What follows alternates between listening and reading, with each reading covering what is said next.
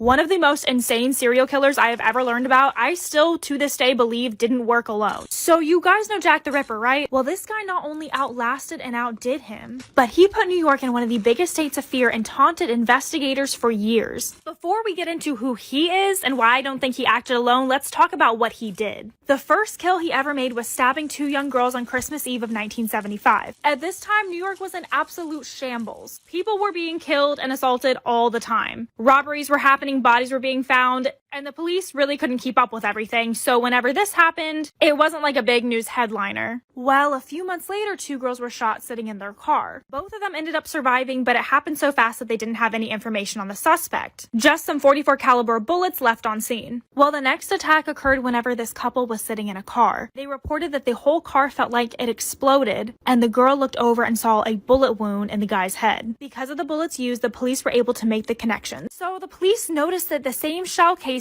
was used, and so far all victims were female with medium-length brown hair. Well, it did not take long for another attack to occur. A man approached 2 women asking for directions. When he asked, he took out a gun and shot both of them, leaving one paralyzed with a spinal injury. And then after this came another couple sitting in a car. The police, having no leads, were like, okay, we're gonna need to announce this to the public that we have a serial killer on our hands. They released the few sketches that they did have, hoping for a lead. He was announced in the paper as the .44 caliber killer. The police also let the public know that he was looking for women with medium-length brown hair. So many women during this time cut their hair, dyed it blonde, whatever, so that they didn't match this profile. After this came out, he ends up killing another girl on her way home from school, and another couple who was sitting in their car on a date. But this killing was very different. This time, he actually left a letter for the police. I'm going to insert the letter. He introduces himself as the son of Sam, and his wording is just a little off. So the news decides to write him back. So let me just talk a little bit more about this letter before we get into it. He obviously refers to his father as Sam and himself as the son of Sam. He paints his father as this very abusive figure that's essentially making him kill. He refers to himself as Beelzebub and as a brat. And we'll get to this later. So a very famous news article writer at the time named Jimmy Breslin writes to him begging him to stop. And not only does the son of Sam respond to him, but Jimmy publishes his response. This changed journalism. I'll put the response right here, but he uses words like "from the gutter," Sam's creation. Meanwhile, the public is preparing for the anniversary of his first killing. Pepper spray has been sold out, everyone is terrified, and it just so happens on the anniversary, a blackout occurs. Looting, burning down neighborhoods, and all of the cops were working that night, but they got through the whole night without anything occurring. But not long after, another murder takes place. Robert and Stacy are attacked on their first date. Stacy is the only blonde that he ever attacked, but leaving her dead and Robert blind. After this, the police were able to collect 5 sketches, but all of them were different. Well, a woman ends up calling the police reporting suspicious activity. She was going for a walk when she saw a man hopping into his car. Instead of continuing into his car, he hops out and starts to approach her. She sees him start to take an object out of a bag, and she runs the opposite way, and then hears gunshots. Learning about all the nearby crimes, she makes the report. She also noticed that he had a parking ticket on his car. So the police find the parking tickets from that day from that area, figures out the license, and realizes the vehicle belongs to a guy named David Berkowitz. So the police call dispatchers inquiring about the ticket, and a dispatcher named Wheat Carr answers the phone, saying that she was his neighbor, and says, "Let me tell you a little bit about Mr. Berkowitz. He's a very strange man who shot my dog that belonged to my father, Sam." So the police were like,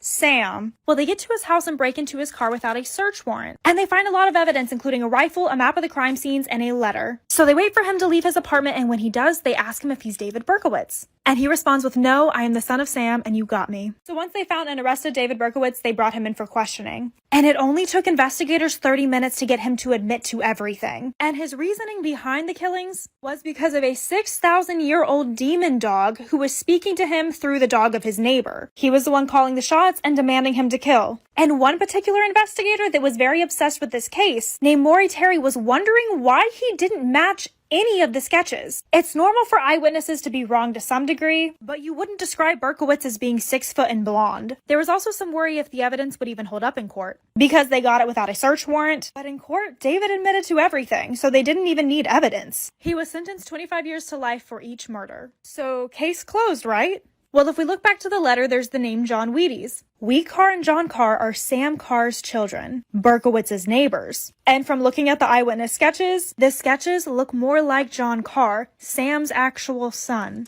One of the most terrifying cults that I have learned about recently refers to themselves as the Children. And the reason that they terrify me so much is because they are related to so many other cults. Well, Scientology came about in 1953. And two members from this church, Robert D. Grimson and Marianne McLean, decided to leave it and start the cult of the Process Church of the Final Judgment. And they brought their satanic teachings to the US around the 1970s. Well, if you guys watched my previous video about the Son of Sam killings, which occurred in New York City around the 1970s, you might be able to connect these two things together. Well, the issue with this case is that one man was convicted. But it seems as though police really fudged this up. There was so much attention around this case that they were just looking to just put someone behind bars instead of actually doing full investigations. Well, one editor named Maury Terry ended up taking investigating into his own hands. And not only was he able to find a substantial amount of evidence and cryptic messages, but he was also able to find where the cult would meet up for their rituals, Devil's Cave. Well, it was rumored that there was a cult working in New York City that was an offshoot of the Process Church of the Final Judgment.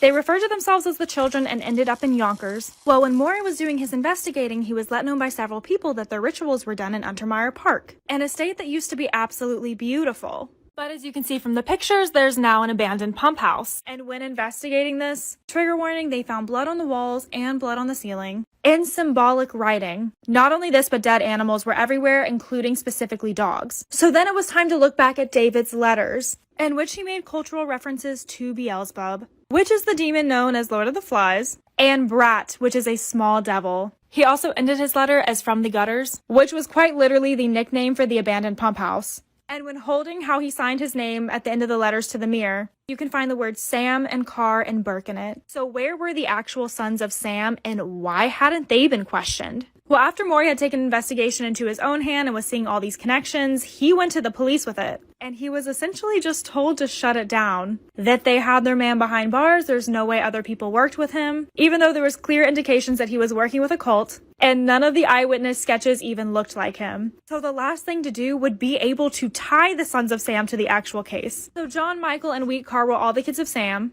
Michael and John specifically being the sons. After talking to neighbors, there were several stories about Sam beating them. Their father Sam struggled with alcoholism, and this was all included in the letter that David wrote. So Maury's like, okay, let's go do investigating in the place that they were from, Minot, North Dakota. And when they got to their hometown, they were told by everyone that they were legitimately cult leaders. There was accounts of them sacrificing dogs, drinking blood, all of the work. So Maury was like, okay, we need to actually get a hold of these guys. Maybe they'll be open to talking about it. But soon after that, it was reported that they both mysteriously died. So how did the other suspects mysteriously die, you might be asking? Well, one randomly unalived himself, while the other died in a mysterious car crash, which is entirely suspicious. So after adding all of this evidence together, they were able to release it to the public. And it made sense that Berkowitz would have had other people watching, other people holding the gun, other people doing the killings, all orchestrated by a cult leader. But because their main suspects for this case were now dead, there wasn't really much that they could do.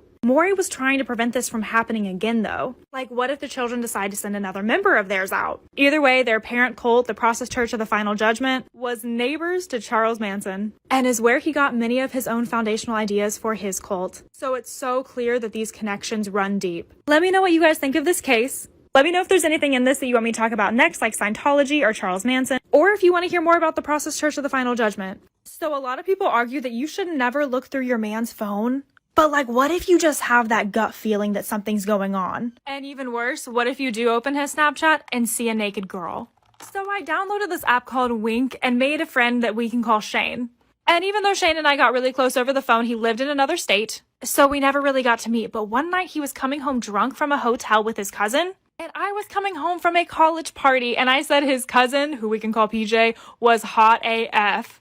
And so Shane was like, oh my god, let me give you this man's snap. And a few months later, PJ and I were talking. And he agreed to drive the 4 hours to come to my state just to see me. I was busy cleaning my apartment that day preparing for him to come, and told him just to walk in when he gets here. So when this man came in, I kid you not, he walked in with a bouquet of flowers. And they were a dozen yellow roses, which he knew were my favorite. And after he left on Sunday, he asked if he could see me the next week, and I happily said yes. And before long, PJ and I started dating, but this happiness was soon to end. So welcome back to me finding nudes on my boyfriend's phone. I'm sorry, ex-boyfriend now.